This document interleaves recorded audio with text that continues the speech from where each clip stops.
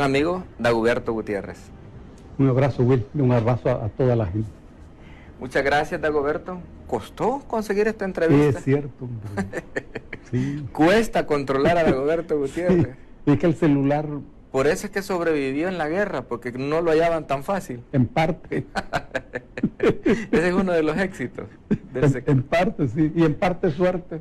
Suerte. Sí. Yo creo que más lo segundo, suerte. Sí, suerte. Y en parte la alianza con Dios, que es subversivo. Y por lo general dicen siempre que los que son combatientes o guerrilleros poco creen en Dios, pero no todos. No, hombre. Es cuando más le piden. Sí, porque como hay un Dios para cada cosa, y hay un Dios para la guerrilla, ¿Cuál es el Dios de la guerrilla? es el más valiente, el más comprometido y ¿Cómo el se- más subversivo. ¿Y cómo se llama? Sí, ¿Che Guevara o cómo? cualquier nombre. Porque cuando uno entra a empresas difíciles debe tener mucha confianza y mucha fe. Mucha fe. Casi es una cosa religiosa. ¿A los cuántos años Dagoberto Gutiérrez se involucra en el movimiento guerrillero? No. Antes de eso, a los 15 años me incorporo al Partido Comunista en Chalchuapa. ¿En qué año fue eso? Imagínate, despuesito del triunfo de la guerra de la Revolución Cubana. 15 años. Estudiante en Chalchuapa. Muy joven. ¿Cuántos años tiene Dagoberto ahora? 74. 74, le quitamos 15. Estamos hablando de hace 60, casi 60 años. Sí, 60. Por una decisión con una base moral, Ajá. no ideológica, Y Dagoberto Y no no viene de política. padres militares ni nada de eso. para nada. Porque varios comandantes, por ejemplo, Lorena Peña, su papá fue coronel. No, mi origen de clase campesino, como muchos de nosotros. ¿Originario de dónde? De Santana. Propio Santana. Sí, originario de Santana. A los 15 años, hace 59 años, se incorpora. Al Partido Comunista. ¿De esa época hay algún sobreviviente del partido? Hay, seguro. Éramos un grupo muy pequeño de panaderos. Panaderos. Porque la inspiración de esto empezó con una panadería y en una panadería. Interesante. Es que mi mamá tenía tienda y vendía pan. ¿Sí? Entonces todas las noches yo iba a comprar el pan a esa panadería. Y uno daba la canasta y ahí estaba el pedido. Pero iban atendiendo otra canasta. Sí. Y uno se esperaba ahí. Sí, niño, en la escuela. Y poco a poco fui entrando al interior de la panadería. Había un corredor donde funcionaba un club de declamadores. Entonces yo me sentaba a oír las poesías. Y de tanto oírlas, que se me fueron quedando. Sobre todo una que se llama La Marcha Triunfal, de Rubén Darío. Y una noche, el que iba a recitar la Marcha Triunfal no llegó. Y yo levanté la mano, yo ya me la puedo. Así me incorporé al club de declamadores. Pero ese era Pero eran de los mismos panaderos. de los mismos panaderos. Ujú. Ese era un grupo de intelectuales, por de elaboración teórica sobre la realidad del país. Ujú. Así fue. ¿Y qué les decían aparte de la poesía? Era la poesía. Porque como toda poesía tiene una intención Ujú. que tiene que ver con la realidad de la sociedad donde se elabora la poesía. No es un simple ejercicio intelectual. De ahí viene el léxico y el estilo de decir las cosas de Dagoberto Gutiérrez. A lo mejor. Ah, cabal, y hasta las manos, así Sí. como los poetas, ¿verdad? Que Claro, declaman así con la... A lo mejor. No, ahora sí entiendo. Siempre decía yo, ¿de dónde viene el estilo único? Porque no hay otro aquí en El Salvador, de Dagoberto Gutiérrez, de expresarse, de decir las cosas pausado, muy inteligentemente y con un folclore pues totalmente diferente a todos los... Bueno. Sí, claro. Ahí está el origen. Sí. Claro. Uno era intelectual, todo estudiante es intelectual. ¿Y en ese tiempo ya se conocían con Chafijanda? No. ¿O Chafica apareció después? Muchos años después. Muchos años después. Ese era un pequeño grupo que no estábamos de acuerdo con la realidad de ese momento. Oh. Y decidimos construir otra realidad. Mira qué audacia. En un pequeño pueblo, un pequeño grupo, empezó a soñar con una realidad diferente. Esa es la base del trabajo político. Uno necesita una cabeza utópica. Y la utopía, que no es lo imposible, es lo que establece la ubicación de una realidad, la crítica a esa realidad y la propuesta de una realidad alternativa. Esa es la utopía. Dago, vámonos unos cuantos años más adelante. Ajá.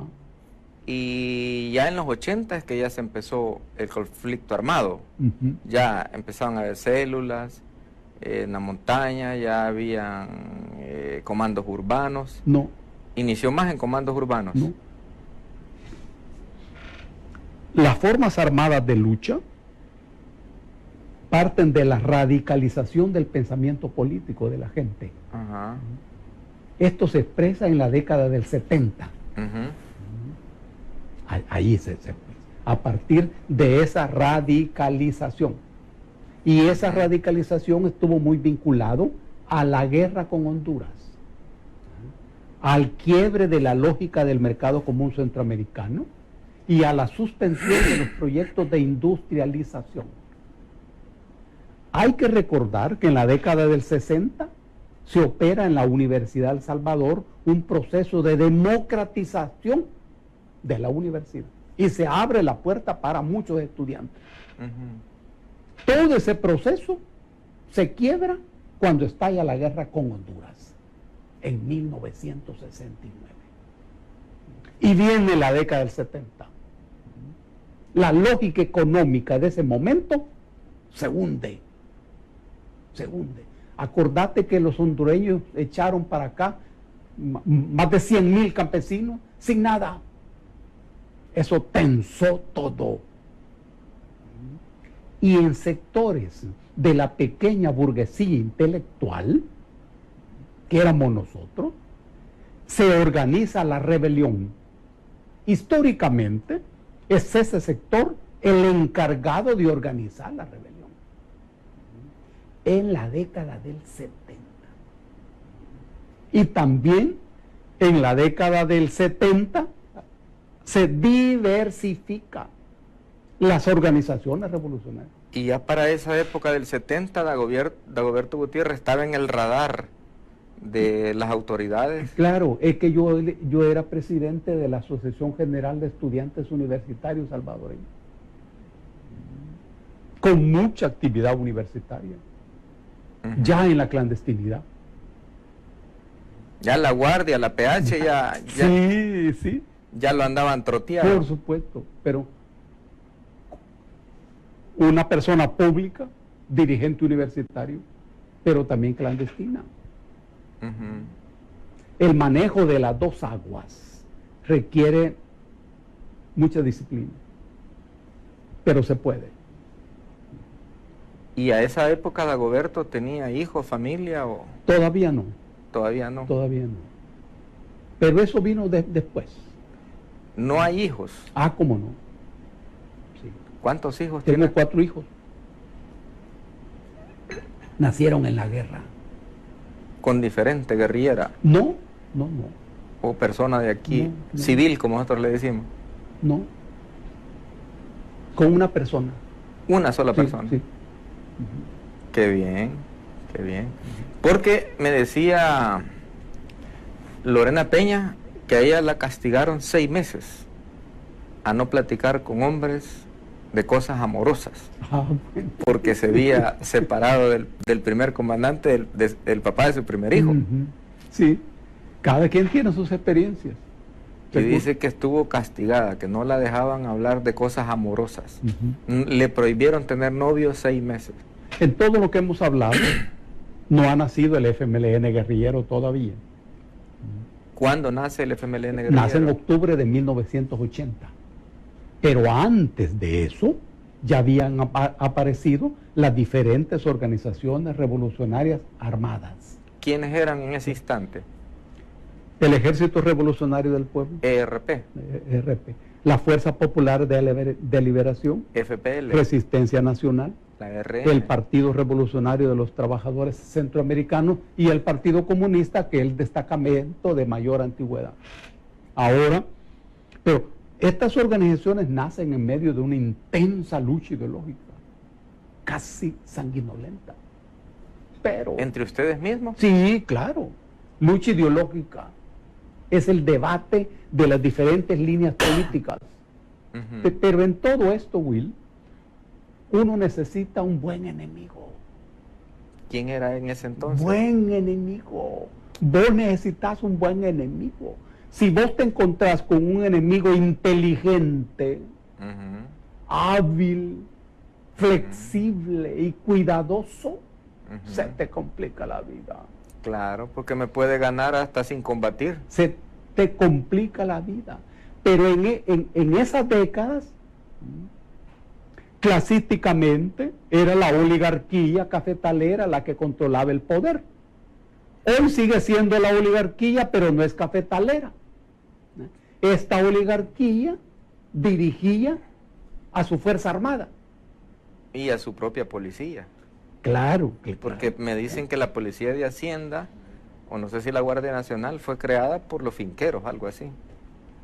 ¿Usted qué recuerda esa época? Es que en el diseño de 1932, donde la Fuerza Armada se convirtió en la nueva clase gobernante, eso fue acompañado de la construcción de diferentes cuerpos de seguridad y la creación de una telaraña de inteligencia muy hábil que se llamaron patrullas cantonales en todo el país, Sí. vigilando y controlando el mundo rural. Claro, yo me acuerdo, si a mí me andaban siguiendo ellos eran los que andaban reclutando. Claro, y era un reclutamiento forzoso. Igual ustedes también Sí, lo hacían sí. a la fuerza. Hubo un momento, y nos equivocamos. Porque entró gente que no era muy Y ideológica. claro, no. Es que en el caso de nosotros, todo tenía que ser voluntario. Y todo tenía que basarse en la conciencia. Pero hicimos ese ensayo fallido. De reclutamiento forzoso. Y nos equivocamos. Y rápido, Cambiaron. lo dejamos a un lado. ¿Qué fue lo que falló en el reclutamiento forzoso? Es que lo forzoso no funciona en estos casos. No. ¿Qué fue lo que falló ahí? La falta de conciencia Pues sí, a eso me de refería. nosotros también y de los reclutados a la fuerza. Ojo, corregimos, te digo, al mes. Bien rápido. Al mes.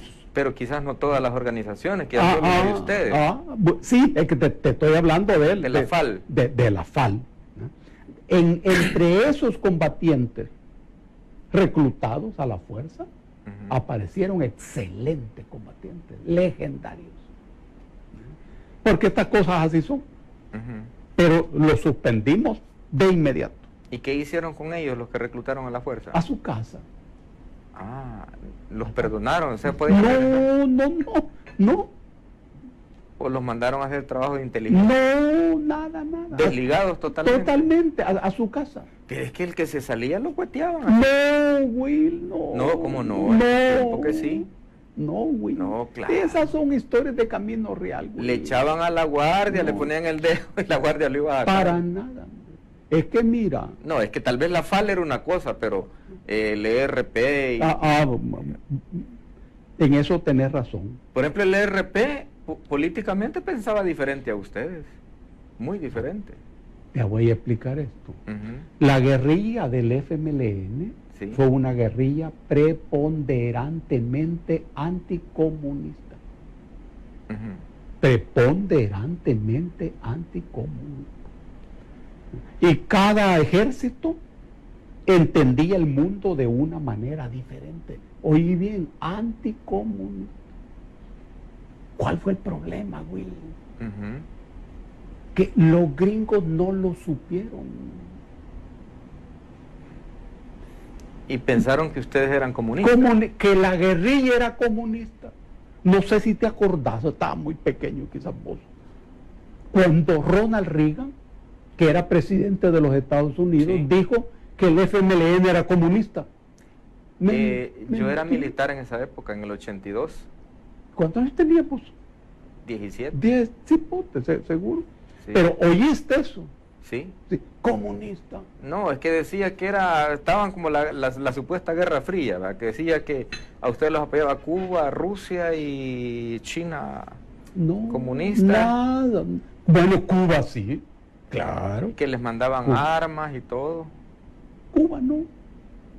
Bueno, pero Cuba nos apoyó tremendamente. No, pero a través de Sí, Cuba, vía Nicaragua. sí. Y a diferentes vías. La Unión Soviética no. Porque la Unión Soviética en ese momento tenía la posición de la coexistencia pacífica.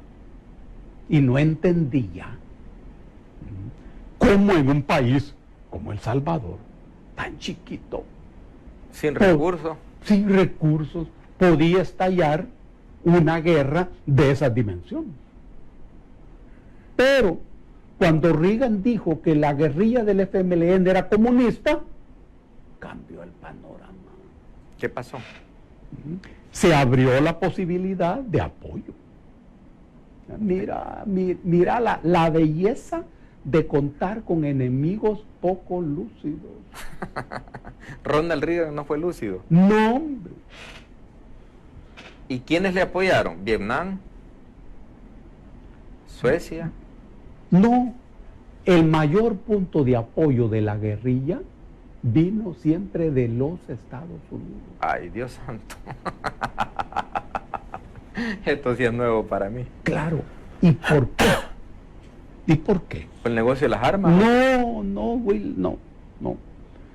Porque la gente no entendía qué estaba haciendo su gobierno en una guerra en un país como El Salvador. No, y no estaban metidos en Vietnam también, pues sí. Esa era otra guerra. Que les fue mal. Le fue mal.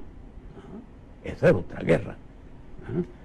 Y Vietnam, otro país, otra región. Pero aquí, en un país como El Salvador, Chiquito. chiquito, sin recursos. Entonces, cuando no entendían eso, además nadie les explicaba qué estaban haciendo. Esa era la raíz del apoyo. Y luego hablaban con nosotros y se daban cuenta quiénes éramos nosotros. Pero va, aclaremos algo ahí. Ujú. Cuando dicen, porque a nosotros el gobierno de Ronald Reagan es el que más plata nos dio como ejército Por supuesto. para luchar contra ustedes. Ujú. Fue el que más plata dio. Claro. Pero en ese mismo gobierno también les daban ayuda a ustedes. No. Pero no está diciendo que los mismos Estados Unidos. Qué buena pregunta, Will. Importante. La sociedad. Ah, no era el gobierno. No, hombre, no, hombre. Yo pensé que como allá están republicanos y demócratas, y Ronald Reagan era republicano, pensé que como siempre se andan llevando la contra el uno con el otro, que tal vez los demócratas les ayudaban a ustedes. En algunas cosas, porque los republicanos y los demócratas son como las alas de los aviones, Ujú. que es una sola pieza. Veamos. Una va a la izquierda y una va a la derecha. Una sola pieza. No, pero en este caso no. Sin Era una de la- esas dos no huele la vida. Sí, claro. Era la sociedad, era la gente, empresarios, hasta petroleros, Will. Mm. No estaban de acuerdo. no estaban de acuerdo. ¿Y sería por el fracaso que venían de dar en Vietnam que les apoyaran a ustedes o simple y sencillamente porque no están de acuerdo en que anden metiendo intereses políticos o militares en otros países? No, claro, lo de Vietnam fue un fracaso resonante, pero es que la relación de los Estados Unidos en tanto imperio, ¿no?, con estas zonas siempre ha sido una relación muy tensa y muy difícil, una relación colonial. Y cuando la metrópoli se mete a una guerra en las colonias, esto genera conflictos especiales en la metrópoli. Eso es lo que ocurrió aquí, porque era una guerra sin sentido. La gente entendió cuando Teodoro Roosevelt mete sus tropas en Cuba, porque Cuba siempre había sido una joya apreciada y ambicionada, era Cuba. Pero nosotros. ¿Pero por qué? ¿Por la caña o por qué? Porque petróleo no hay ahí. Por todo el territorio, por su ubicación, por su clima, por su pueblo y por la proximidad a su territorio. Sí, como en ese tiempo con esas plataformas de lanzamisiles, no están como ahora, ¿verdad? Que desde China le pueden poner uno a Nueva York. Ahora, en ese tiempo no, tenía que estar más cerca, ¿verdad? Por eso Estados Unidos se aseguró de agarrar Puerto Rico, islas así que estuvieran cerca a Estados Unidos. Y también que estuvieran lejos. Eso es lo que ocurrió con Filipinas, que no estaba cerca. Pero tal vez habían aliados de Estados Unidos cerca. Era la zona. Era la zona. Lo mismo ocurrió con Hawái, que tampoco estaba cerca. Sí. Y lo mismo ocurrió. ¿Y esa se la disputaron con Japón? No, con los hawaianos. Estaban independizados. Sí. Claro, era un territorio aparte. Lo mismo que ocurre hoy en la isla Diego García del archipiélago Chagas. Esto está a 1000 millas de la India, en el pleno corazón del Océano Índico. Los Estados Unidos tiene ahí la base de Diego García, en confrontación con el pueblo, que ahí hay un pueblo. Pero una cosa muy pequeña. Filipinas no. Más de 300,000 kilómetros cuadrados. Y Cuba, 111,000 kilómetros. ¿Y esta isla Diego García qué posición estratégica juega? Es quizá la más importante base naval de los Estados Unidos en el Índico, en el Océano Índico, que es un océano muy estratégico, porque eso le permite el control en esa parte del Oriente. Ojo, Will, en este momento en los Estados Unidos se discute la inteligencia de tanta base naval. Porque China, por ejemplo, no tiene ninguna base naval en África y son los que controlan el mercado y la economía de África. No, pero vienen en esa ruta expandiéndose hasta Latinoamérica. Sí, pero no... claro, es en el terreno de la economía. A través de prestarle plata a la mayoría de los países, de traer productos. Sin bases militares, que es de lo que estamos hablando, sin bases militares. Pero la embajada dice que si los chinos agarran el puerto, posiblemente puede ser una base militar. Bueno, es que esa es la experiencia de ellos.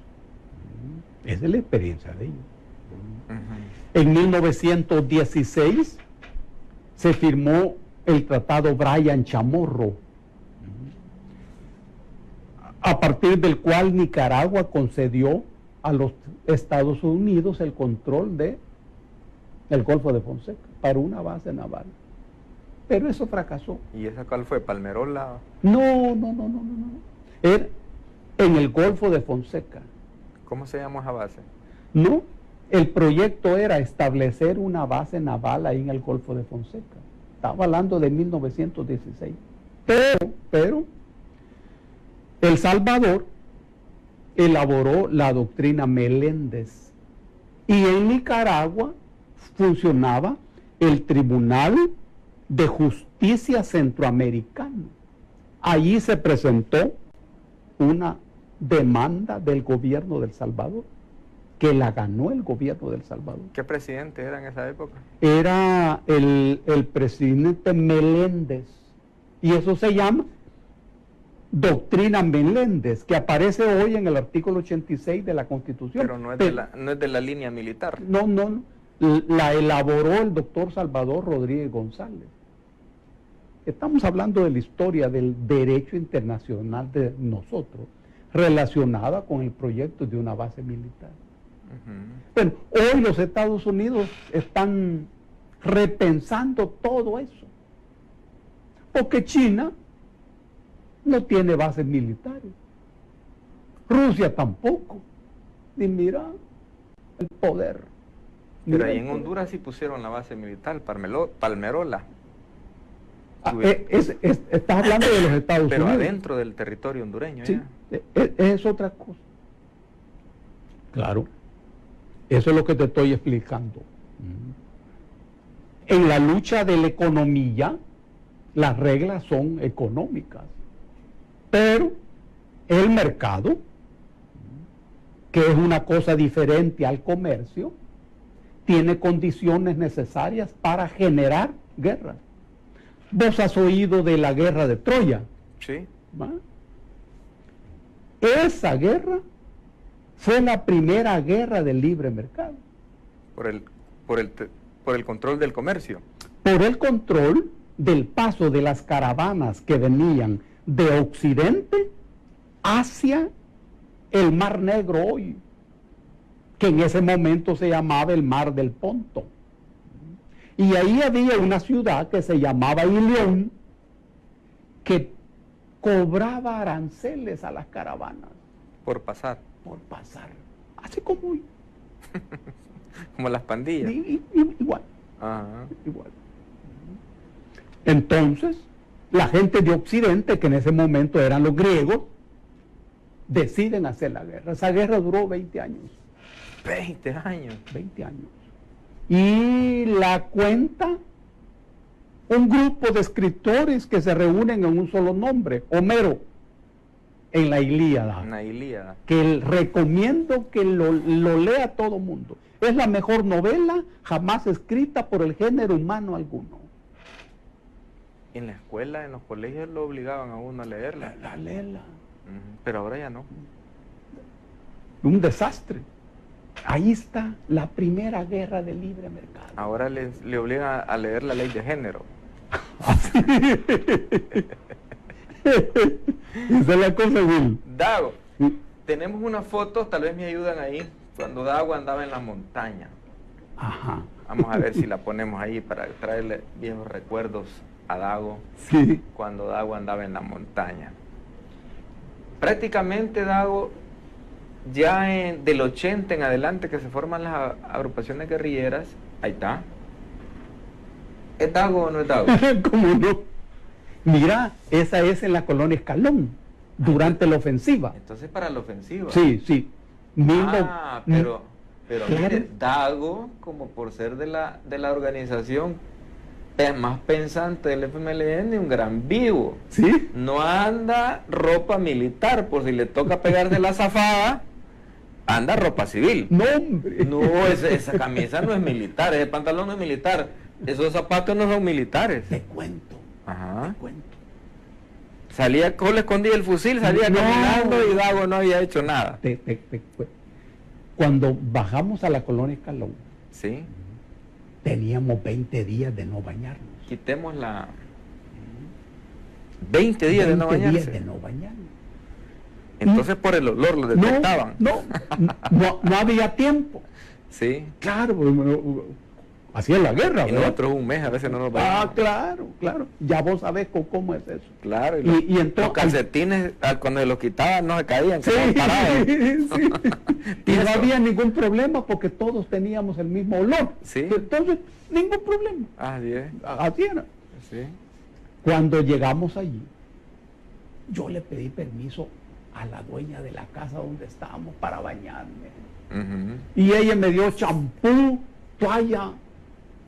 me regaló unos calzoncillos Calvin Klein maravillosos. Ahí supe yo de esos calzoncillos Calvin Klein. Ya andaba calzoncillos de la burguesía. No, sí, exacto. Ajá. ¿Te acordás que antes había unos calzoncillos Norma? Sí, claro. No, Norma. Esa era Con las camisetas, sí, las camisas, las guayaberas y todo. Esa era la marca. Bueno, y yo le di mi camisa. Y ella me dijo, como los hijos de ellas estaban estudiando en la West Point. Claro. Y me dijo, le voy a dar esta camisa de mi hijo. Llévesela. Esa camisa rayada es la del hijo. Sí, sí. ¿Y usted dejó su camisa militar? Sí, que andaba sucia. Yo le dije, si la mete a la lavadora, eso va a quedar. Se la va a arruinar. Nítido, nítido. Ella me ayudó. Me puso esa camisa. Sí. Pero también pantalón, zapatos. Sí, claro. Ay, claro. Daguito, Maravilloso. que se me hace que Años después nos encontramos con ella en un centro comercial. Y ella lo identificó. Sí. ¿Cuántos días estuvo ahí en esa casa? Un día. Porque entramos en la madrugada Ajá. y nos retiramos a la medianoche.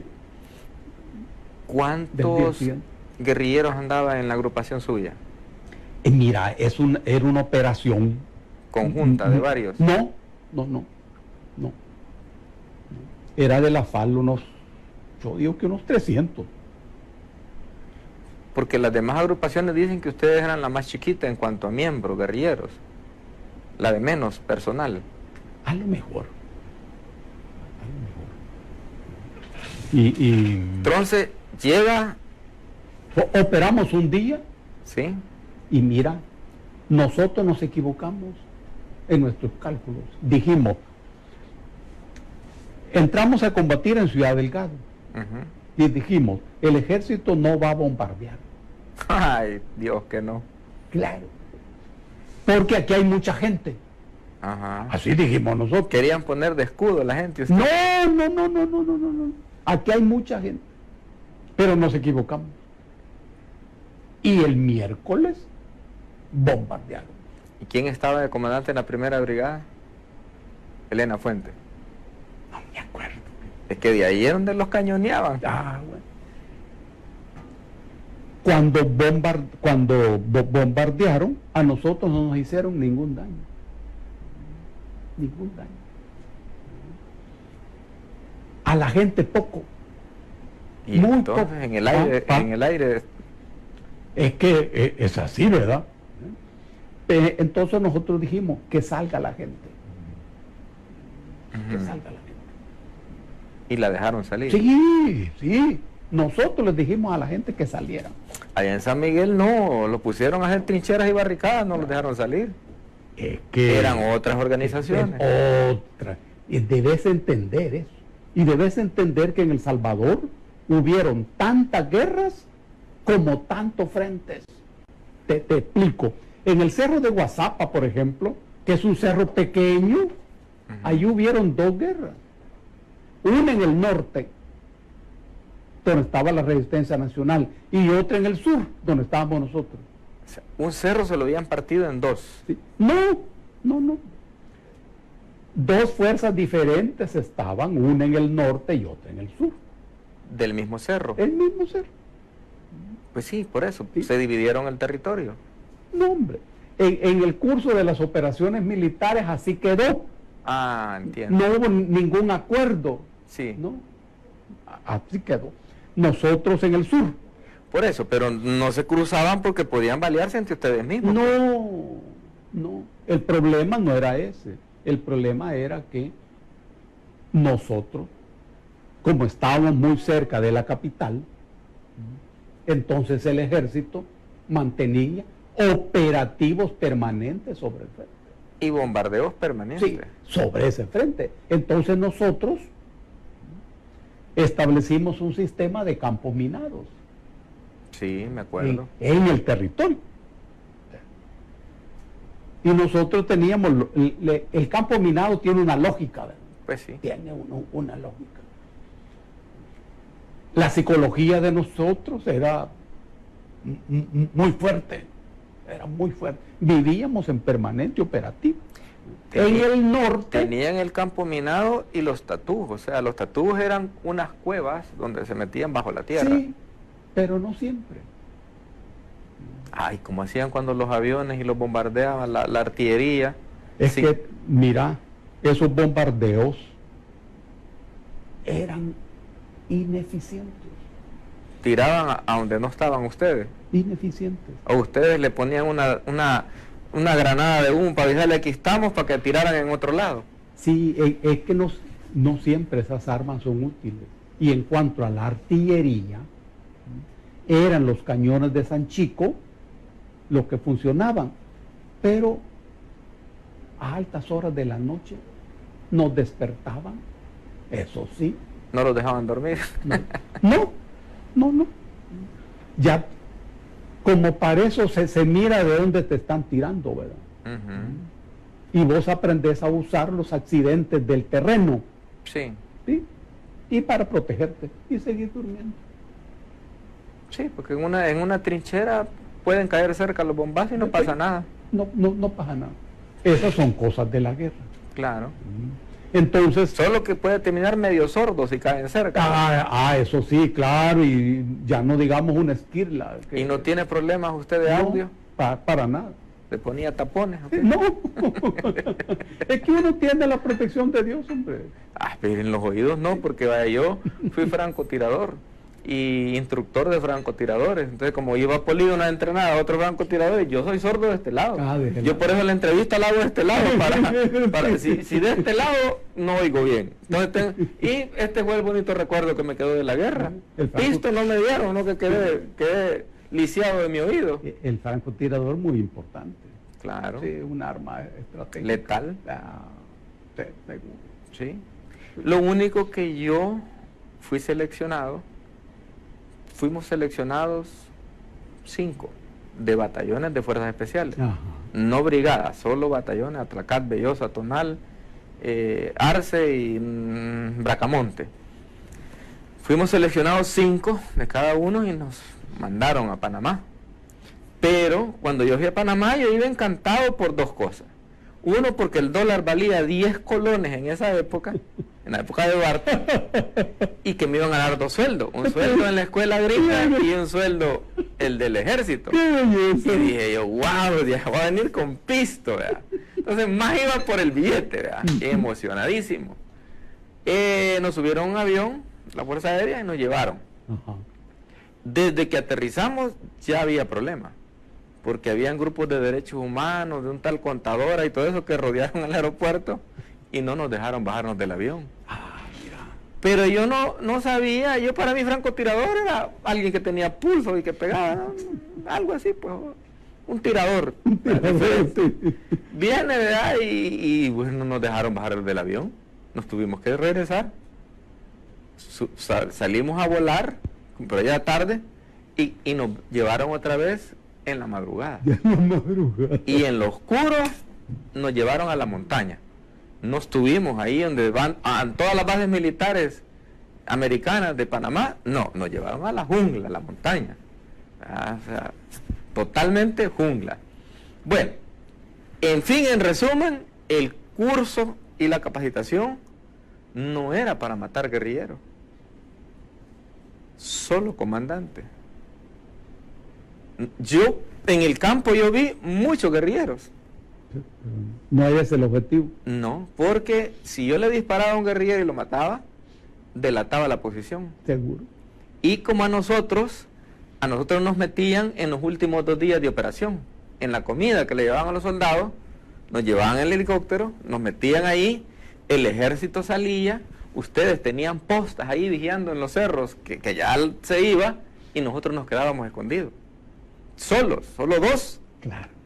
¿Vean? Pero la misión era, por ejemplo, a mí me habían dado 2 comandantes. Uno, Joaquín Villalobos.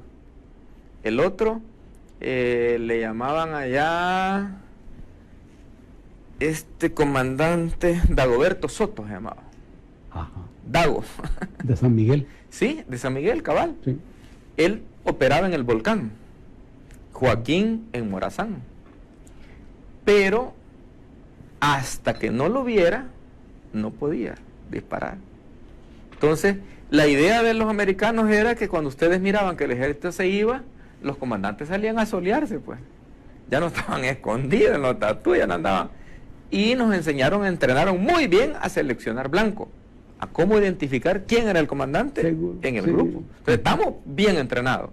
Lo que a mí me daba cólera era que no podía jalarle a mi gusto. Seguro. Y yo clientes miraba cada rato. Pero no. Los miraba y me picaban los dedos y con ganas, pero no podía desobedecer la orden ni delatar la posición y que estábamos encubiertos prácticamente. Pero ganas sí que le digo que me faltaban. Una vez violé la orden, allá por el lado de Rancho Quemado le llaman, arriba por Sabaneta.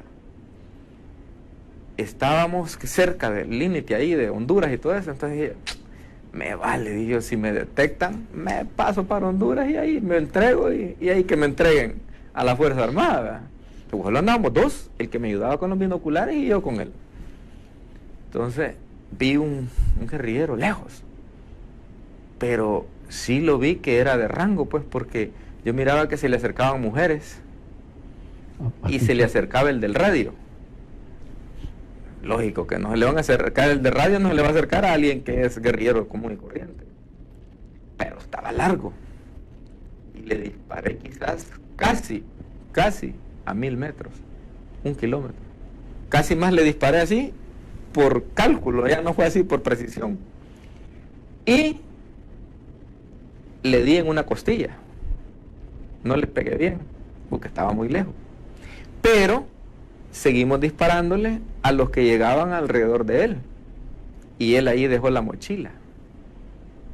De ahí se acercó una unidad a traer la mochila. Y después, hoy que nos hicimos cheros después de la guerra, poniéndome a platicar, Contaste esta pasada. cuento la pasada y estábamos con Jonás de Protección Civil y otro guerrillero. Y me dice, Will, esa mochila era mía. Te doy lo que sea. Yo ahí andaba todas mis fotos de guerrillero. Yo no tengo fotos de guerrillero. Yo deseo, añoro recuperar esa mochila. Andaba todas mis fotos. Entonces, vos viste que me disparaste. No. Yo te estoy contando una historia. Le quebraron las costillas a Jonás.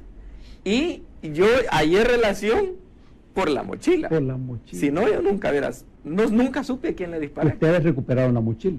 El ejército, sí, y se la trajeron al Estado Mayor. Entonces le digo, bueno, decirle a Munguía Payés, ahí no está, que anda zarandeando toda una Fuerza Armada, porque te la busque, le digo, la mochila. Entonces, no podía matar guerrilleros. Y para mí era una frustración, pues, porque viéndolo cerquita. Es lógico, seguro. Y con las ganas, pues. Sí. Entonces, pero más me interesa saber de Dago. Yo estoy hablando más de la cuenta, de lo mío. Nos vamos a ir a una pausa, Dago. No, seguro. Y cuando volvamos, hablamos un poco de las andanzas y después vamos a entrar ya en temas políticos. Ya como analista, con el estilo de la poesía, que aprendió cuando estaba en la panadería. No nos cambie. Regresamos en un momento.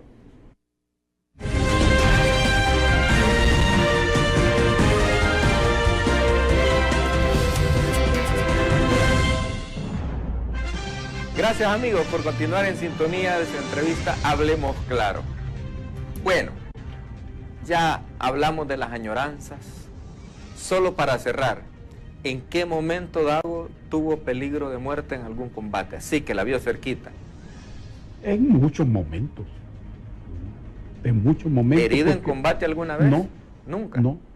Es que el frente de Guazapa era un frente muy encendido. Era como la Siberia en la Segunda Guerra Mundial. Para los alemanes. Se peleaba todos los días. Todos los días. Pero así, mucho frente a frente. Sí. En ese sentido, el frente más peligroso fue el volcán de San Salvador.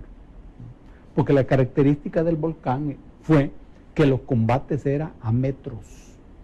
Por la vegetación muy espesa. ¿No? Era porque la zona de cafetales del volcán estaba organizada de manera capitalista. Y los cafetales no eran recónditos, sino organizados en cuadrículas. Sí, en ¿Ves? cuadrícula. De tal manera que los camiones y las carretas sacaran el café con facilidad. Nosotros estábamos en el centro de la cuadrícula. El centro. Y las unidades se movían para arriba, para abajo, para la ciudad. Y en ocasiones, los soldados entraban a la cuadrícula no necesariamente sabiendo que nosotros estábamos allí. Y chocaban con la posta. Sí. Era cosa de metros. Y entonces la balacera era intensa. Y no hay nada más peligroso Que una balacera loca. que una balacera loca. Eso es mortal. Y le cae del aire, le cae. Claro, es mortal. Y en la guerra vos sabés que uno desarrolla un instinto animal. Hasta el olfato. Un instinto. No todo es necesariamente racional, no, hay algo más allá de eso, que es lo que a uno le salva la vida. No solo a nosotros los guerrilleros, también a los soldados. Hasta me cuando imagino. fuman, el olor al cigarro se siente. de No lejos. fumábamos, nadie fumaba, y hablábamos en secreto. La disciplina de ruido, luz y basura, como decía. Sí. Esa vida en el volcán era una obra maestra. Nosotros nos movíamos cada 3 días. A la 1 de la mañana, el campamento en plena oscuridad se estaba organizando para partir. ¿Y cómo hacían con los perros? Porque en esa zona hay perros. Y Eh, nosotros al oír los perros ya sabíamos que andaban moviendo ustedes. No nos movíamos por lugares con mucha población. Para No. que los perros no los delataran. Justamente para los perros. A las 3 de la mañana salíamos. Total oscuridad. Nosotros lo que hacíamos cuando oíamos la tición de perros, ya sabía que andaban en movimiento y les aventábamos morterazos ahí, plum, plum, plum, plum. Sí, y nosotros Carambola. ya sabíamos eso. Pero te quiero contar esto. Al nomás aclarar, Ya en la madrugada. sí, ya había uno que llegaba a enmascarar el campamento donde habíamos estado. Soldado. ¿Sí? No, un combatiente que enmascaraba ¿Qué es eso? el campamento, organizaba todo, enterraba la basura, los papeles, Pues sí, la los disciplina palitos, de ruido, sí, luz y basura. sí. Y echaba hojas, echaba ramitas, un palo aquí, todo limpio, de tal manera que si llegaba una unidad del ejército, ahí no había nada. Por eso te dije, una obra de arte. Una obra de arte. Vos sabés que la guerra es la actividad intelectual más completa de todas A las nosotros en actividades esa obra de intelectuales. arte lo que decían que nos dejaban pistas y nosotros caíamos y supuestamente estábamos llegando y boom, una mina era la que nos estaba... En ocasiones. Eran Sí. cazabobos que le Sí, llamaban. pero en el volcán no. No, porque había población civil. Mucha gente cortando. Que claro. Los cortadores, te cuento, y los miqueros, los que andan descobrando los árboles, sabían que nosotros estábamos ahí. Y entonces empezaban a cantar, a hacer ruido para avisarnos que iban a pasar por donde estábamos. Ve qué maravilloso. Es el apoyo de la población. Aunque en la ofensiva final lo esperaron y no lo recibieron. Ah, el apoyo. no. Ahí el problema fue otra cosa. Que había una concepción de la insurrección. Ujú. Esa no se produjo. Te cuento. Porque en Nicaragua sí se produjo. Sí. Es bueno que hablemos de esto, vos, Will, y con otros. Que participaron. Sí, para liberar la cabeza de una serie de ideas. Y de tabúes que no De son ciertos. tabú, no son ciertos. Vos fuiste combatiente, yo fui combatiente, sabemos de lo que hablamos. Claro.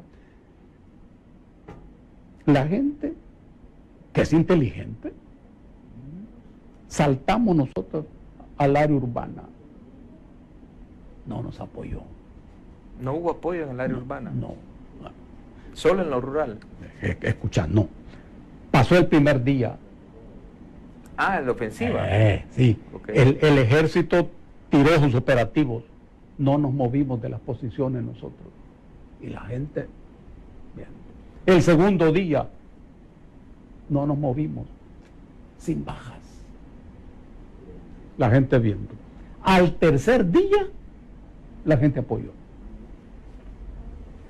Quizás en sectores, no en todos lados. La gente apoyó a partir de su cálculo. Es que la gente hace cálculos políticos. No es cálculo político. La gente siempre quiere ir del lado del que va a ganar.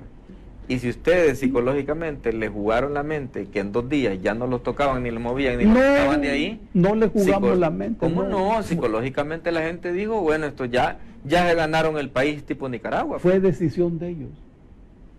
Es que si la gente te va a apoyar, es decisión de la gente. Si no te va a apoyar, es decisión de la gente. ¿Y de qué manera los apoyaron el tercer día? Comida, agua, información.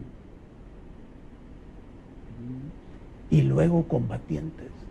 Nosotros no queríamos combatientes. No queríamos. Gente civil se incorporó a luchar. Sí, y nosotros no queríamos eso. ¿Por qué? ¿Por infiltrados? No, porque las unidades habían sido entrenadas para la lucha urbana durante meses.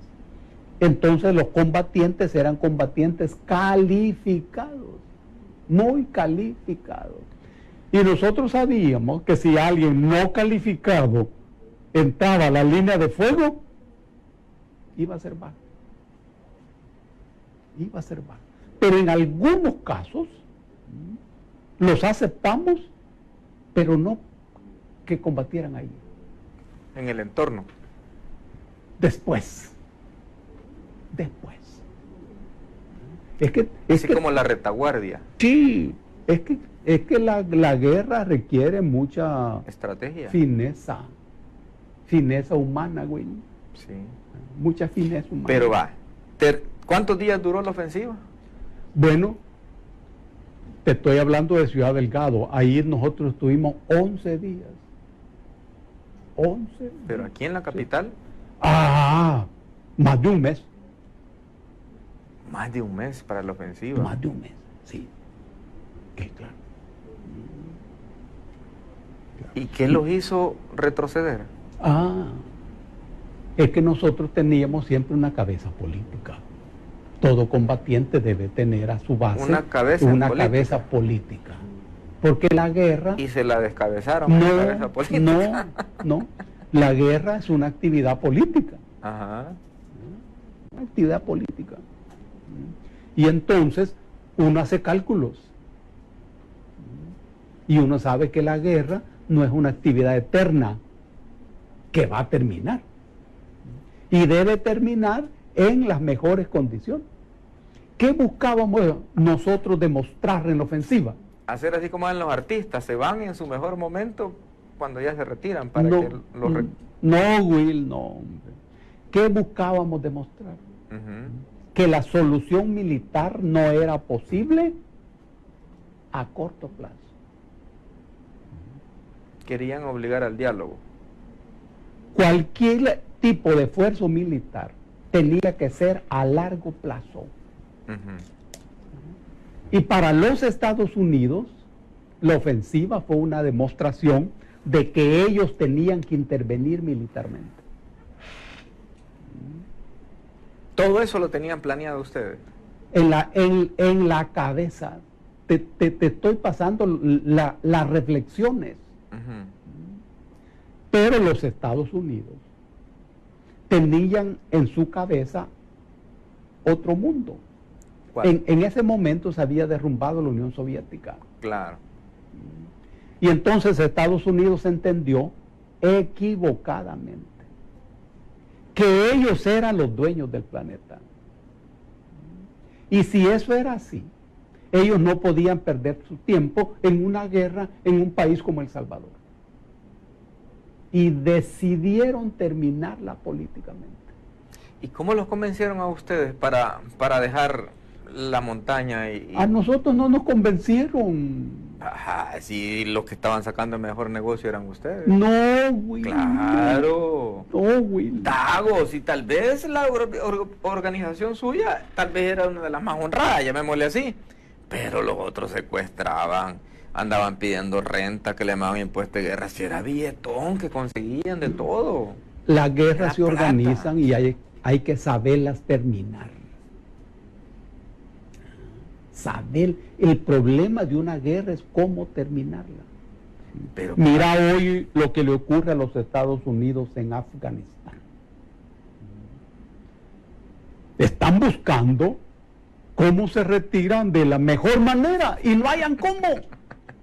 ahí es otro cabezazo, tiene razón. Y no hayan cómo. Entonces nosotros, ¿cuántos años de guerra teníamos? 12. 20, Will.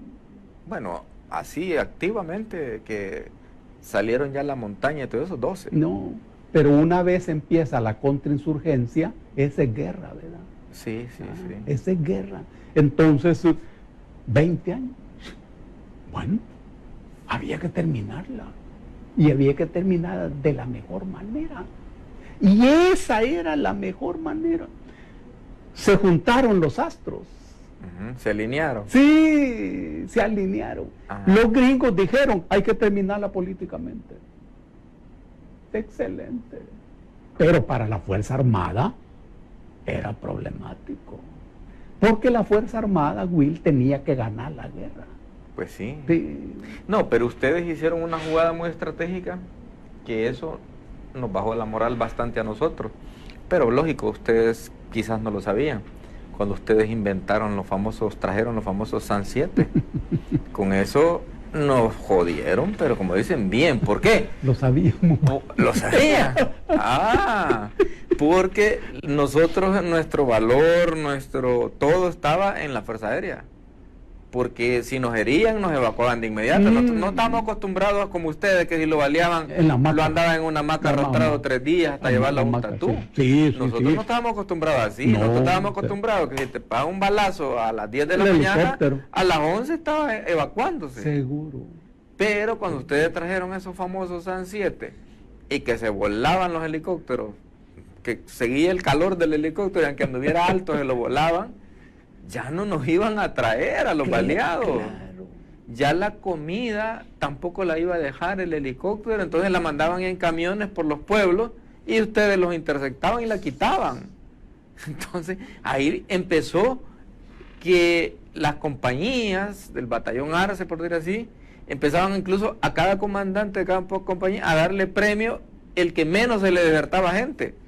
En cada licencia no regresaba un montón. Claro. ¿Por qué? Porque ahora ya no se iba a morir uno del balazo, sino que de que no lo atendían rápido. Seguro. Y no estábamos acostumbrados a combatir así. No. Mira la diferencia entre los dos ejércitos. Nosotros un herido a la hamaca y al hospital. Y ahí teníamos el hospital. Pero en la montaña. Claro, hospital clandestino. En la montaña, con médicos, medicinas, enfermeras, suero, hilo quirúrgico, todo allí. Mira. Nosotros sabíamos que de las 4 de la tarde en adelante el ejército no combatía por el helicóptero. Claro. Porque de las 4 en adelante ya el helicóptero no se atrevía, menos cuando empezamos a usar el Dragonov. No, al Dragonov no se le tenía miedo, para nada. Al Dragonov... Tal vez allá donde vos andabas. No, se le respetaba al Dragonov, pero no le teníamos miedo. Más que, bueno, nosotros no, los de la Fuerza Aérea, sí. Porque se lograron bajar un avión de esos grandes, allá con un Dragonov, en San Miguel, para la ofensiva, de esos aviones grandotes. Claro. No ocuparon los misiles. Un arma letal. Pero nosotros también teníamos francotiradores. Sí. Y en el entrenamiento del francotirador dicen que solo un francotirador puede matar a otro francotirador. En el entrenamiento nosotros nos decían, bueno, mire, el primer blanco que tiene que identificar en la selección de banco es que no vaya un francotirador en esa columna. Después de que haya identificado que no va un francotirador ahí, busque el comandante o el jefe de esa columna. Pero primero busque el francotirador. Porque usted le va a dar en el ayote a uno por quebrarse el jefe de la columna, el francotirador se lo quiebra a uno. ¿Te ubica? Te ubica. Sí, por el sonido. Te ubica. Claro. La guerra es la actividad intelectual más importante de todas las actividades intelectuales. Eso. Uno no se equivoca 2 veces. No, solo una, peor los explosivistas. Los explosivistas. Nosotros aprendimos, Will, a dar golpes con 3 combatientes. ¿Con 3? 3. Vos sabés que los convoyes pasaban por la troncal del norte rumbo a Chalate. Sí. La troncal del norte era nuestra responsabilidad. 3 combatientes destripaban un camión. 3. No ocupa ni 3, uno, solo el que la sabe poner, la pone y se va. Sí. No, no. O era control remoto. Claro. Tenía que estar cerca. Y tenía que trabajar en el pavimento para instalar el cable. Y que no se notara. Que no se notara. Vos sabés bien eso. Y no caí en varias de esas, pues. Y claro. A mí me levantaron en un camión una vez así. Claro. Mira, no hay nada más peligroso que una guerra de guerrillas. Sí, claro. Es que, bueno, nosotros, ¿sabe por qué es peligrosísima? Porque nosotros nos agarrábamos con ustedes. De repente los rodeábamos, los acorralábamos y dijimos, hoy sí, los agarramos. Escondían el arma, no sé de dónde sacaban una cuma y andaban haciendo la mentira de chapodar. Todo eso. Ya no era guerrillero. No. Sin el fusil ya no era guerrillero, era Ya. campesino. Y para estar en eso, de que es o que no es. En cambio, el soldado no, pues porque... Para empezar, no conocía la zona. Si se quedaba perdido ahí y lo agarraban ustedes, lo detectaban rápido porque... Claro. En Guazapa, por ejemplo, nosotros vivíamos allí. Ajá. Conocían veredas y todo. 10 años, yo pasé 10 años en el cerro de Guazapa. Esa era nuestra casa. Entonces la tropa llegaba, sí, pero no se quedaba. Y llegaban diferentes tropas. Diferentes Entonces nadie tropas. conocía bien. No. Todos llegaban a explorar. A explorar. Y no conocían los palos de mango, que en la guerra eso es clave, ¿verdad? ¿Por qué? Pues porque es la ubicación. Tal palo de mango. Los tal puntos palo. de referencia. Sí, claro. Claro. Es la ubicación. Nosotros eran las cosas que eran de más altura. Eran los puntos de referencia. Seguro. Los palos de mango y de guineo les teníamos miedo, porque ustedes los dejaban envenenados.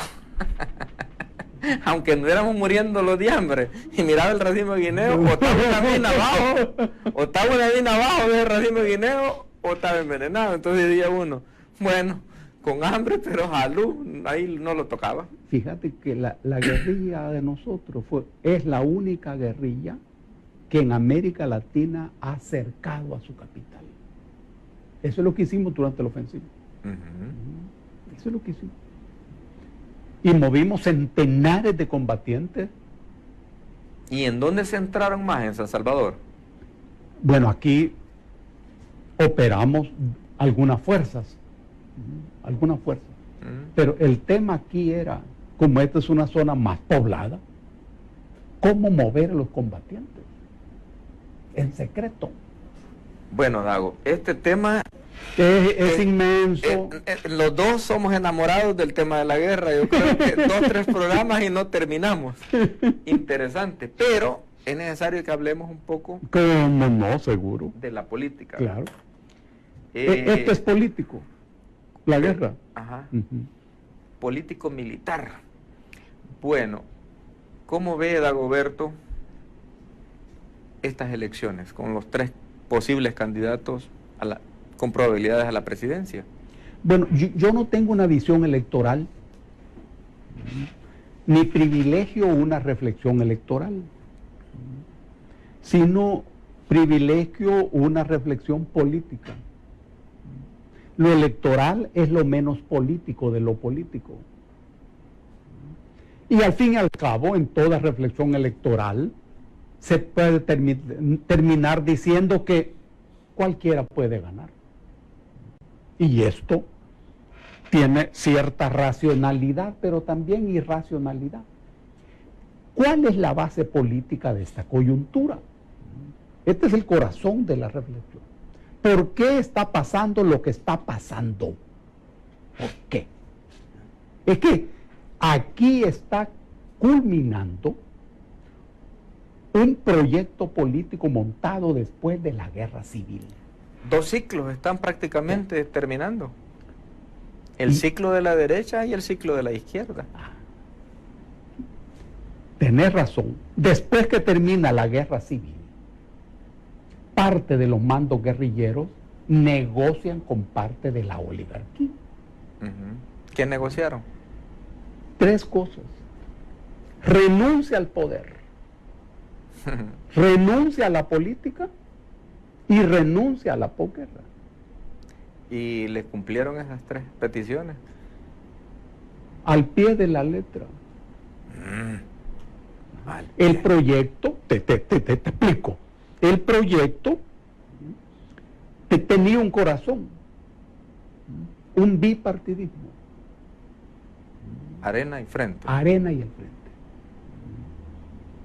Arena nace en 1980, el Frente como Frente Guerrillero muere durante las negociaciones.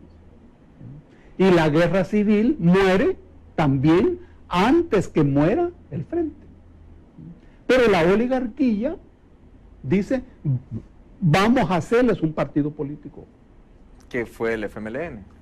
Cuando estuvo el partido político, la oligarquía dijo, pónganle nombre. Y se le puso FMLN. Entonces, el FMLN y Arena se levantaron como las 2 vigas maestras del régimen político. Esto como los únicos 2 árboles donde el pueblo tenía que ahorcarse. Exactamente, brillante, lo ha sintetizado bien. Este proyecto dio la base política para el neoliberalismo. Y has de saber que el proyecto que se ejecutó en Irak después de la invasión de los Estados Unidos se llamó Remember El Salvador. Recuerda El Salvador.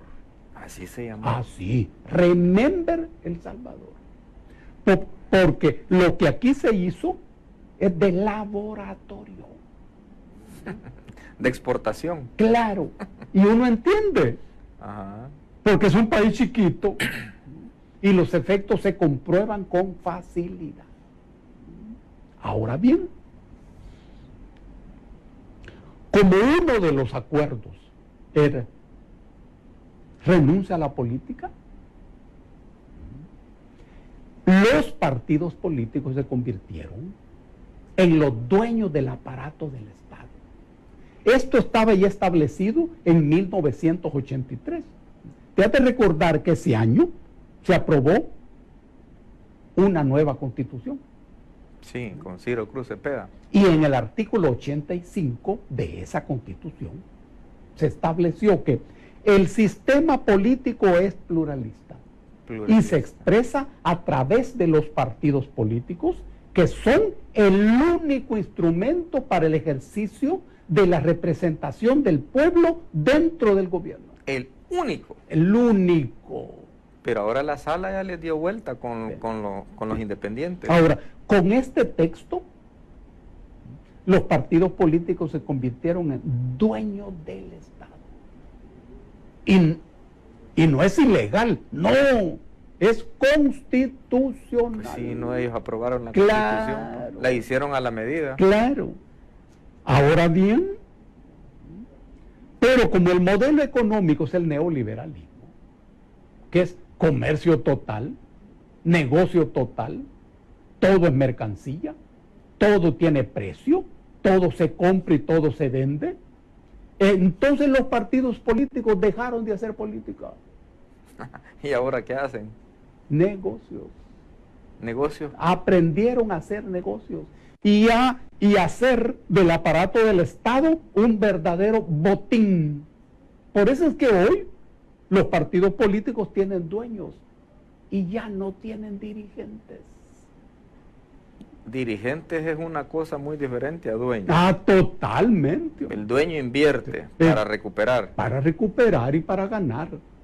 Pues no va a recuperar al costo, pues entonces está perdiendo. Totalmente. Es mal empresario. Seguro. Es así. Ahora, no todo el tiempo ha sido así. Y a mayor riesgo, mayor ganancia. Mayor ganancia, cabal. Ajá, cabal. Brillante. Ahora, Dago 2 me van a decir a mí ya. sí, sí. Okay. Ahora, este fenómeno llevó a los partidos políticos a la situación en que hay ahora. Fue diseñado entonces para dos partidos, Arena y FMLN. Sí. Yo te presto la pelota 10 años, tú me la prestas 10 años. Si tan mal hago las cosas, pues cada 5 años cada uno. Eso Tipo Estados Unidos. 2 periodos demócratas, 2 periodos republicanos. Y si el demócrata hizo mal las cosas, el republicano le zampa 3 periodos seguidos. Bien pensado. Pero, ¿cuántas veces se ha dado en la historia de Estados Unidos que los republicanos ganen 3 veces seguidos? Creo que 2 veces. Creo que Reagan fue uno de los que rompió eso. Y hoy el actual presidente no es ni del republicano ni del demócrata. Y es de los dueños del negocio. De los dueños del negocio. Pero eso ya expresa ya la crisis. No, aquí en El Salvador lo intentaron hacer lo mismo, los dueños de los negocios.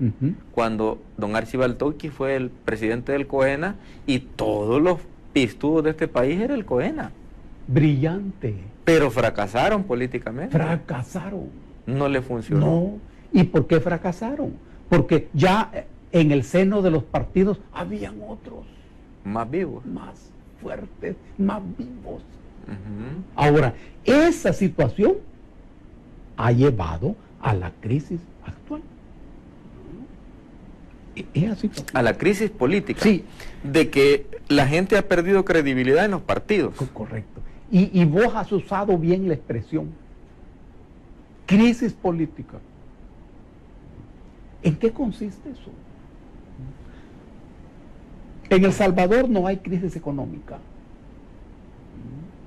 En El Salvador hay crisis política. Y hay crisis social.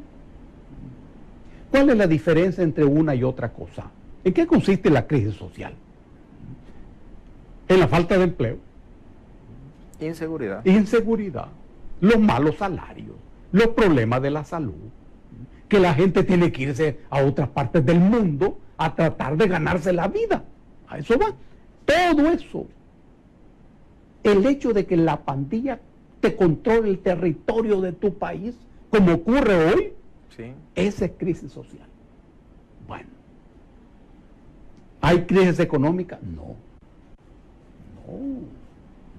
Porque hay mala administración de lo económico, en lo público. Es que la economía del país es básicamente capitalista. Y en una economía capitalista hay crisis económica cuando los grandes empresarios pierden. Dago, explique mejor eso, está interesante. Esa filosofía está muy profunda, explíquelo mejor, más amplio. Es que, ¿qué ocurre en el país? ¿Y los grandes empresarios están perdiendo? No, no. Si vos compras el diario de hoy, todos los martes hay un suplemento. Maravilloso. Yo lo leo detenidamente. Y leo también a don Enrique. Allí aparecen los negocios que se están haciendo. Ricardo Poma con grandes negocios. Los otros, Ricardo haciendo hasta edificios en Buenos Aires y centros comerciales. En Bogotá, hoteles y todo eso. Claro. Pues está bien la economía. Claro, está bien la economía. Vienen los bancos y dan su informe. Todo excelente. Y todos ganan millones. Millones. Todos. Todos ganan millones. Y todos ganan millones porque está bien la cosa. Claro, con una gran liquidez, buscando a dónde invertir. Sí. ¿Hay crisis económica? No. Y alguien puede decir, sí, pero es que la gente está ganando mal. Sí, pero eso no es crisis económica. Es que estamos en una economía capitalista. Hay crisis económica en una economía capitalista cuando la economía de los capitalistas está mal. Está mal. Que esté mal la economía de Juan López, no, eso no importa. Ese es resultado del sistema. Claro, brillante, Will. Pucha que Will. Dago 2. Sí, sí. Pero hay crisis política. ¿En qué consiste la crisis política? ¿Cuándo hay crisis política? Uno, cuando los de arriba no pueden seguir gobernando como antes y los de abajo no quieren seguir siendo gobernados como antes. Que si vos lo mirás... No, este sí es un gran relajo. ¡Ey! Sí. Eso está ocurriendo aquí. Dos, Ahí es donde surgieron ustedes. en aquel momento. Pues sí. Y es donde puedan surgir otros movimientos diferentes. Otros, sí. Segundo componente de la crisis política. La vida y la existencia de las personas se hunde. Se hunde. ¿Qué es lo que está ocurriendo también? Ganarse la vida de manera decente. Pero estamos hablando que ya llevamos casi 10 años de gobierno del frente, excombatiente, Sí. excomandante, exguerrillero. Pero déjame terminar esta reflexión. Vamos. Y luego pasamos a esas cosas El segundo componente es la vida de las personas se quiebra. ¿Qué es lo que ocurre aquí? Cuando la economía del país se basa en las remesas, se está indicando eso, hombre. Sufre la gente. Todos los días aparecen noticias de gente a la que le han matado sus hijos. Los mismos policías que están muriendo A diario. a diario.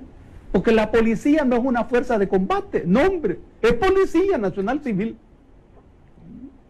El problema de la pandilla se combate de otro modo, con más inteligencia. Más inteligencia. Y el tercer componente de la crisis política, Will, se expresa en el desarrollo de la actividad política de la gente. Estos tres componentes definen lo que se llama crisis política. Pero generada por quiénes, pues. Ajá. Por los dos palos. No, Will, no. Y no ellos han estado manejando la plata de... Por toda la estructura. Por toda la estructura.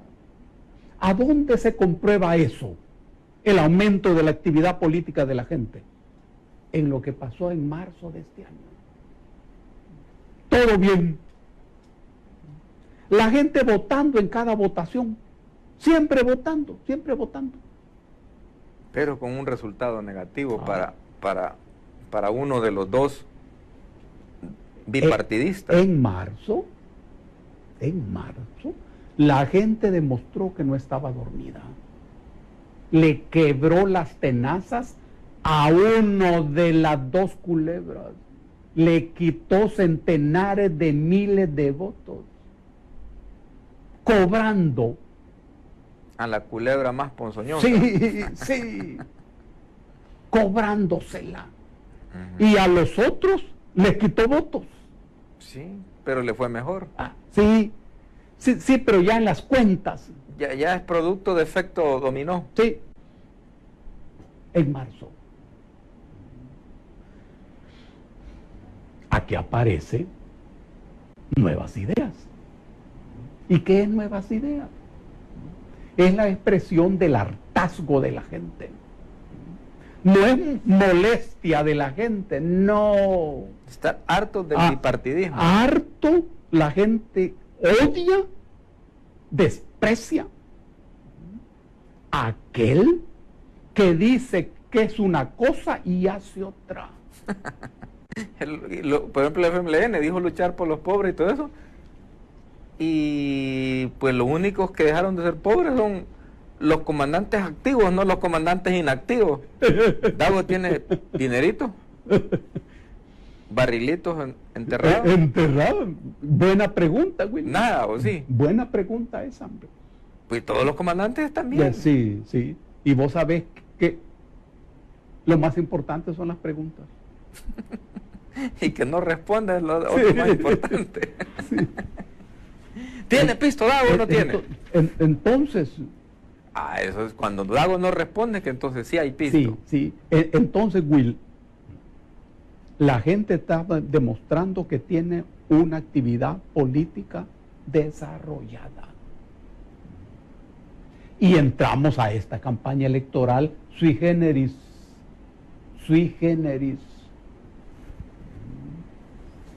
en donde un candidato que no anda en el territorio, que es sacado de los aparatos ideológicos, que no le dan ninguna publicidad ni nada. Apoyo de nada. De apoyo de nada y de nadie. Se mantiene en primer lugar en todas las encuestas. Se mantiene en primer lugar en todas las encuestas. Desde la primera hasta estas últimas. ¿Y cuál es el fenómeno? El fenómeno es que la gente está rechazando a los otros. En cierto modo, Will, es un voto negativo. La gente está votando en contra de estos. No les cree. No confía en ellos. ¿Cómo va a creer y cómo va a confiar si ya les dio la oportunidad 30 años, 20 a uno, 10 al otro y son más de lo mismo? Exactamente. Ese es el Si lo único que les ha político. cambiado es el color, uno es rojo con estrella y el otro es de 3 colores, pero el modus operandi es el mismo. Exactamente. Esto configura la crisis política. Pero además, Will, configura la crisis del modelo económico. ¿Cuál es la falla del modelo económico? No es que haya hecho ricos a algunos, o que haya hecho más ricos a los ricos, sino que ha hecho más pobres. Y a la gente no le ha garantizado sus condiciones materiales de existencia. Este es el punto. Sea yo lo que yo sea, si yo logro que la gente viva mejor que antes, que tenga salud, que tenga educación, que tenga dignidad. Se logró el objetivo. Claro. Pero lo que estos han hecho es hambriar a la gente. Esa es la base estructural. Pero tienen buen discurso. Sí. No tanto, Will. Esa es la base estructural de la crisis del modelo económico. Estoy hablando del neoliberalismo. De eso estoy hablando. Entonces, de la frustración de todo eso, la gente apoya a una persona como lo es Nayib Bukele. Sí. ¿Usted ve con posibilidades altas de que Nayib Bukele gane? Si nos atenemos a las encuestas, desde la primera hasta la última. ¿Qué cree usted que pasaría si en el Tribunal Supremo Electoral el control lo tiene AREN y FMLN? Control total. Sí. Un gran problema. Porque si hay un candidato que ha ganado todas las encuestas, pero pierde la votación, ahí hay algo raro. Claro, es como si un candidato que ha perdido todas las encuestas y gana la votación, igual. Algo raro. Algo raro. Muy raro. Muy raro. Aquí aparece la figura de fraude. Y con el fraude ocurre lo mismo que con el golpe de Estado. En determinadas circunstancias, ¿puede haber golpe de Estado en un Estado? Sí, hombre, siempre. Siempre que hay un Estado, puede haber golpe de Estado, hombre. Claro, hay diferentes maneras de hacerlo. Diferentes maneras de hacerlo. No solo es quitando las autoridades. No. Con solo dejar de pagar los impuestos. Claro. Es un golpe de Estado. Un golpe de Estado. Con solo no abrir los negocios, lo que le hicieron a Duarte, un golpe de Estado. Mira lo que le hicieron a Duarte. Brazos caídos le llamaron. Entonces, siempre que hay un Estado puede haber golpe de Estado. Ahora, ¿y en una votación puede haber fraude? Sí, hombre. Ahora, no estoy diciendo que en esto va a haber fraude, no. Estamos planteando la problemática. Ahora, ¿y cómo puede hacer ese fraude? Esa es otra cosa, cada vez es más complejo. Sí, más electrónico. Porque imagínese el sistema electrónico de la vez anterior, en la mañana dio de diputados a uno y en la tarde les dio vuelta el sistema. El sistema. El sistema. Y ahí ocurre como que en los bancos. Sí, Va sí, uno a pagar pero algo. nunca le ponen más, No, más pisto. No, nunca. Ese Y es- le dicen a uno, no, no se puede porque el sistema se cayó. Ujú. Y uno sabe acaso qué significa que el sistema se caiga. No, a saber qué es. Bueno, si eso ocurre, no estoy diciendo que va a ocurrir, Y ojalá que no ocurra. y ojalá que no ocurra. Que las cosas transcurran como deben transcurrir. Es el punto. ¿Por quién va a votar Dagoberto Gutiérrez? Yo creo que voy a votar por donde vote la mayoría de la gente de Nuevas Ideas. Va a votar por Yo Nuevas estoy Ideas. con Nuevas Ideas. En Sí, el pasado votó por el FMLN. muy pocas veces. Si la gente se equivoca, Will, yo me equivoco con la gente.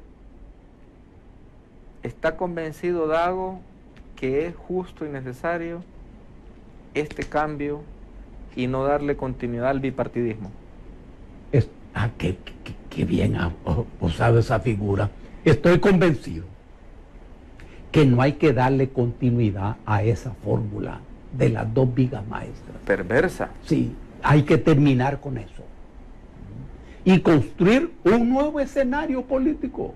Pero el pueblo tiene el poder en las manos. El pueblo, es cierto, eso que depende de la gente.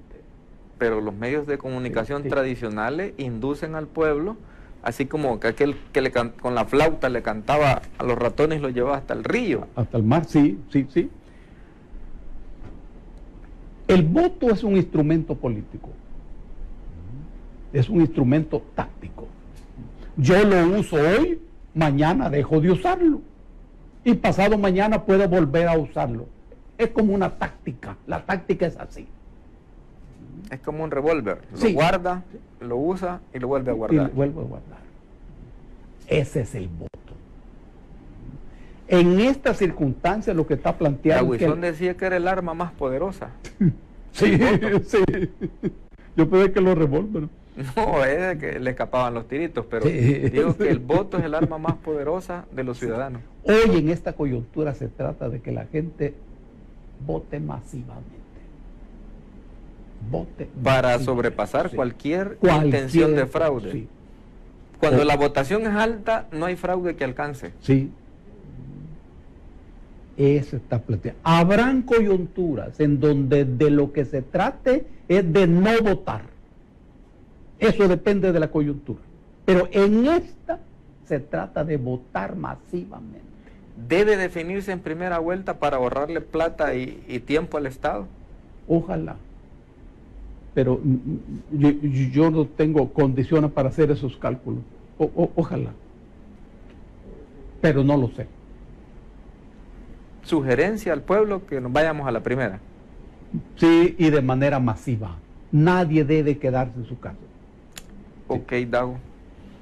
Tengo varias preguntas más, pero el tiempo se nos fue Ujú. hablando de nuestras andanzas. Sí.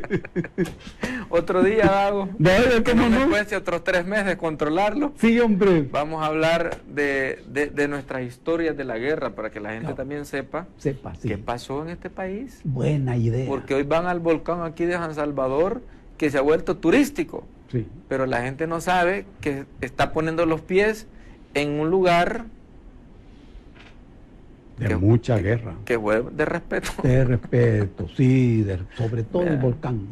Y si Sangre. nosotros no hablamos de eso, ¿cómo lo va a saber la nueva generación? Exactamente. Y hay que hacerlo, Will, antes de que los cólicos nos abrumen. Ahí me dejó en la luna. Ahí usó mucha filosofía. No, hombre, los dolores. Ah, yo pensé que era de los que acólitos. No, los cólicos. Ajá, los dolores. Que no sean de parto. Sí. Dago, Vaya, un excelente. minuto para despedirse y desearle feliz año, Navidad y todo al pueblo ¿Cómo no? salvadoreño. Cuídense mucho en este periodo. Inviertan una parte de su tiempo en leer. No olviden que la Nochebuena es una decisión política del Imperio Romano. Vamos a hacer un programa con este Quill para explicar la historia política de la Nochebuena. Gócenla mucho y también el Año Nuevo.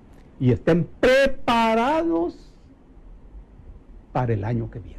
Un abrazo a todos y a todas. Dago siempre le manda saludos a la niña Carmencita que vende chilate por acá. Y hoy no le va a mandar saludos a alguien. ¿Cómo no? A la gente bonita de La Palma. Defiendan sus artesanías, gocen de este frío y cuídense mucho. Un saludo a la Xiomarita y a tu familia, Xiomarita. Hazle caso a tu mamá, eso es fundamental. ¿Niña suya? Sí. En Chalate los dejó. Sí, en Ok. Chalate, sí. Amigos, muchas gracias por estar en sintonía de su entrevista Hablemos Claro. Quedamos en deuda al hacer otro programa más con Dago, porque ese tema de la panadería para hacia acá no llegamos ni a la mitad. No, cabal. Dago, muchas gracias. ¿Cómo no? Un abrazo a todos. Buenas noches, que Dios nos bendiga a todos.